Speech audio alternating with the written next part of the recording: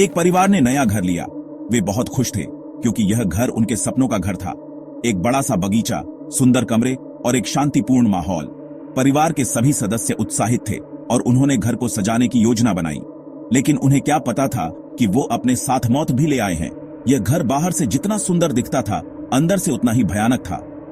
रात होते ही अजीब घटनाएं शुरू हो गईं। दरवाजे अपने आप खुलने और बंद होने लगे और अजीब आवाजें सुनाई देने लगीं। बच्चों को अंधेरे में एक साया दिखता जो धीरे धीरे उनके पास आता। वे डर के मारे चिल्लाने लगते। मां के शरीर पर खुद ब खुद खरोंचें आने लगीं। वह समझ नहीं पा रही थी कि यह सब कैसे हो रहा है। और हर रात कोई उनके कान में फुसफुसाता था। यह फुसफुसाहट इतनी डरावनी थी कि मां की नींद उड़ जाती।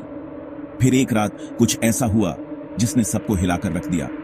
पिता की आंख खुली और उसने देखा कोई उनकी पत्नी को घूर रहा था। वह साया बहुत ही भयानक था। जैसे ही लाइट ऑन की, वो साया गायब। यह देखकर पिता के होश उड़ गए। अगली सुबह मां बदल चुकी थी।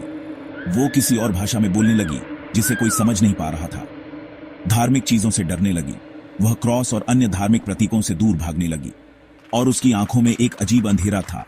उसकी आंखें अब पहले जैसी नहीं रहीं। तांत्रिक को बुलाया गया।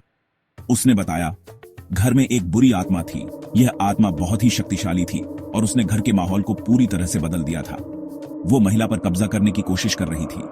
तांत्रिक ने अपनी पूरी कोशिश की, लेकिन आत्मा बहुत ही जिद्दी थी। रात दिन तांत्रिक ने पूजा की, लेकिन कुछ नहीं बदला। आत्मा ने घर को पूरी तरह से अपने कब्जे में ले लिया था। आखिरकार परिवार को वो घर छोड़कर भागना पड़ा। वे बहुत ही डर और निराशा में थे। लेकिन एक सवाल रह गया, क्या वो आत्मा आज भी वहां किसी नए शिकार की तलाश में है? यह सवाल सबके मन में गूंज रहा था। क्या तुम इस घर में एक रात बिता सकते हो? यह चुनौती अब भी वहां है और शायद कोई और परिवार इस घर में आने की हिम्मत करेगा।